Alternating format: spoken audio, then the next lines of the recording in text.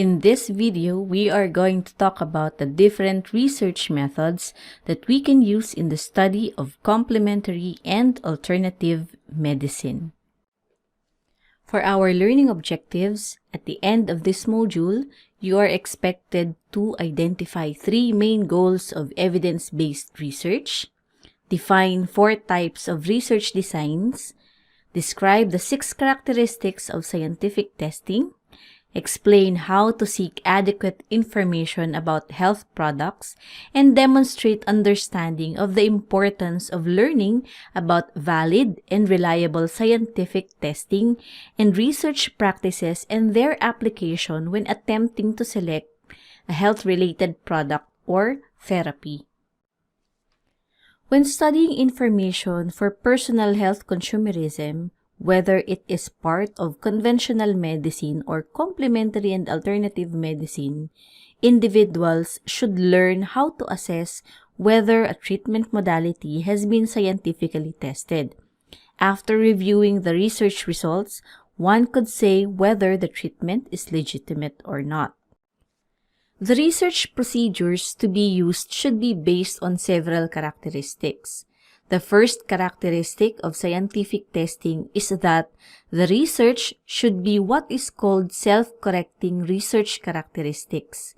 In other words, if the results of a research study are later found to be false, the research should be conducted again so that the conclusions or results may be modified. When conducting research, the truth is not found in one experiment or study but often requires many studies. An example of how attitudes change based on scientific study is the belief about acupuncture, a traditional Chinese medicine treatment. For years, many Western medical and health professionals believed that acupuncture was a quack procedure. That view is changing due to numerous research studies that show benefit for many conditions. The National Center for Complementary and Integrative Health, formerly the National Center for Complementary and Alternative Medicine, has conducted and published a review of several studies demonstrating the effectiveness of acupuncture and other complementary approaches in treating carpal tunnel pain, back pain, headaches, osteoarthritis of the knee, and more. The results suggest that acupuncture was able to help people manage their back and knee pain. The second characteristic of scientific testing requires objectivity. The findings must not be derived from a biased research, which means that there should not be any bias based on the researcher's personal beliefs, perceptions, values, or emotions. When planning the study, the researcher must develop rules and procedures for the research, such as formulating specific hypotheses or research questions and setting significance levels. A quantitative research methods are those in which a value, score, or scale is used. For example, the research project might involve using a pen and paper or internet survey. Objectivity in research is met fairly easily because the researcher is working with numbers. On the other hand, a qualitative research might have more difficulty maintaining objectivity because of the nature of the research. For instance, if researchers were to measure the degree to which individuals liked or disliked television advertisements, they could record the number of times the subjects changed the channel. However, if they attempted to base the level at which individuals liked or disliked television advertisements by the looks on subjects' faces, the results would more than likely not be objective. A third characteristic is that the findings must be made public. Most researchers attempt to publish their findings in peer-reviewed professional journals. Certainly, findings may be made public by mass media, such as through television, internet, and radio, but peer review is essential. A fourth characteristic is that the experiments must be reproducible by other scientists at a later time. This requires other scientists to replicate the same research process using the same research design and methodology. The fifth characteristic is that the experiment must be empirical, a word derived from the Greek word for experience or observation. If the research is experimental, the researcher may manipulate a variable and then observe the results. A qualitative research, however, often entails observing without manipulating any variables. The last characteristic is that science should be predictive. Such predictions are demonstrated in scientific theories that arise as a result of research studies. The predictions allow for further research that tests the theories.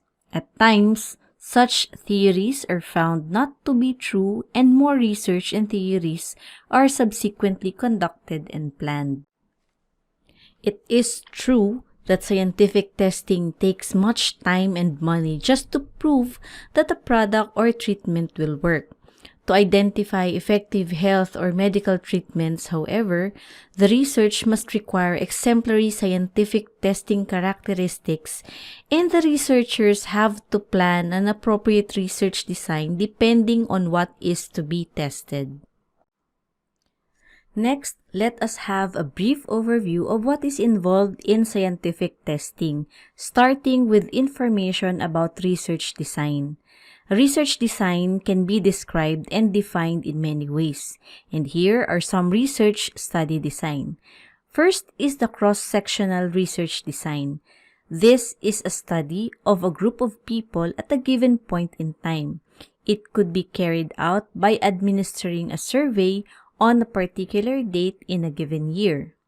The second study design is the retrospective design. It is a study involving past records of a group or groups of people over a long period of time to assess risk factors of a disease such as lung cancer.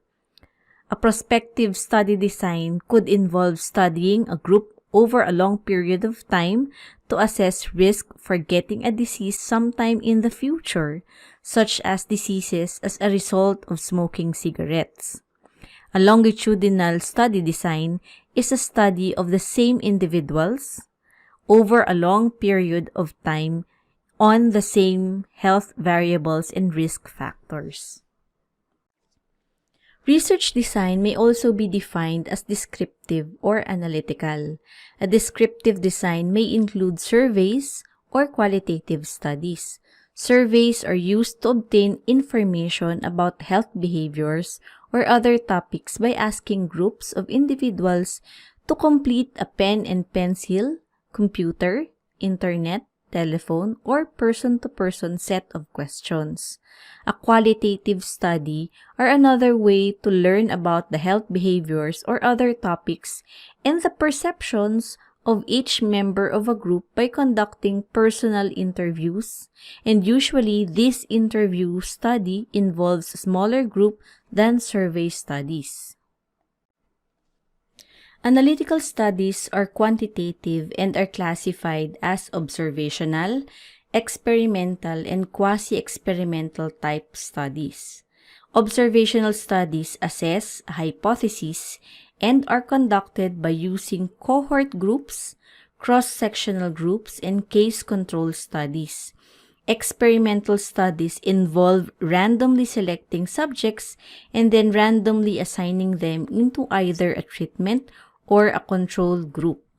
A quasi-experimental study involves comparison groups that are not randomly selected, and many factors may cloud or confound the findings.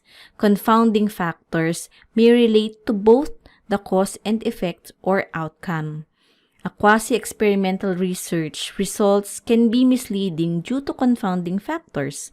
For example, a researcher studies the relationship of ice cream sales and heat stroke.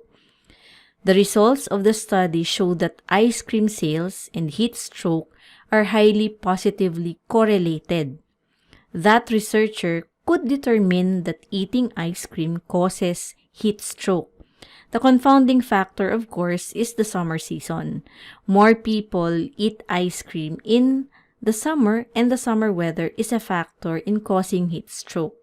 A research study may be valuable, but confounding factors need to be accounted for. Research studies are conducted in a variety of ways, ranging from pen and paper survey studies to group interviews.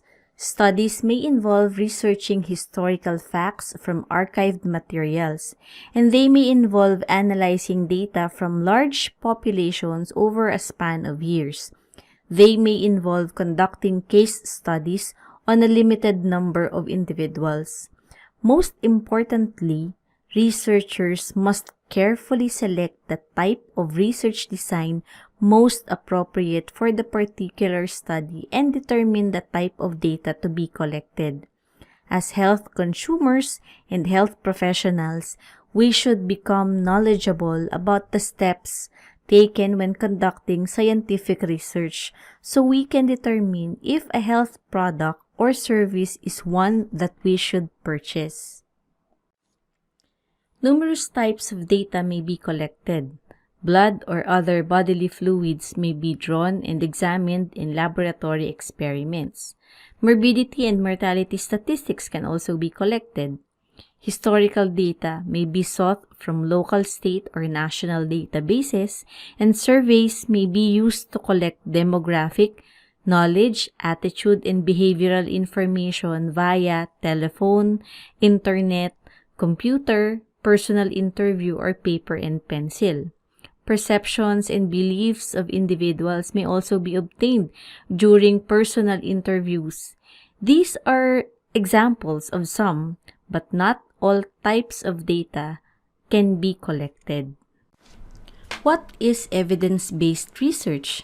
It means that the study evidence or result is integrated with clinical expertise and patient values when making decisions about patient care. Integration of best research practices, interests and values of patients, and clinical skills are the primary goals of evidence-based research. What are the steps in scientific research?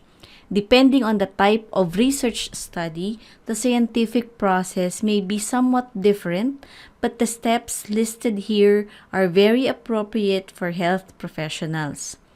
The first step involves assessing health problems and conducting a literature review.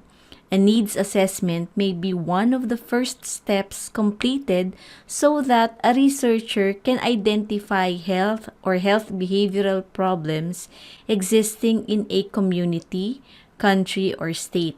It is beneficial if the researcher can use findings from fairly current needs assessments because it saves a great deal of time.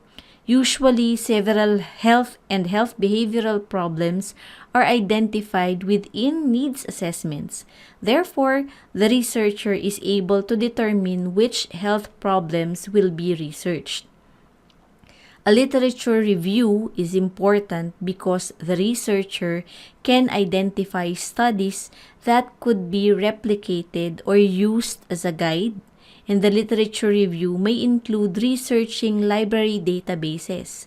Most of the journal articles found in databases will have been peer-reviewed and accepted by the professional journals. A review of dissertations or theses written during the past few years may also be assessed. The researcher could conduct internet searches from sources such as PubMed and NCCIH internet websites. The research study should now be carefully planned. First, the researcher will develop the hypotheses or research questions, which will be the basis of the study. Next, the researcher will plan the research design including methodology and set the statistical level of significance. Once the research questions, design, and methodology are set, it's time to collect the data. Data could comprise demographic information, physical measurements, blood pressure, bodily fluids, archival information, knowledge and attitude levels about a health topic, and health behaviors. If the researcher has planned an educational program, a pre and post pen and paper test may be given to assess gains in knowledge and changes in attitudes and behaviors. No matter what the data is composed of, the results are carefully recorded and analyzed. The researcher will subsequently write the study results in a formal manuscript. The manuscript is then sent to professional journals to be peer-reviewed, accepted, and published. It is important for the findings to be peer-reviewed because it is a means to validate the study design, methodology, and results. Results of the study may also be presented at professional conferences or seminars.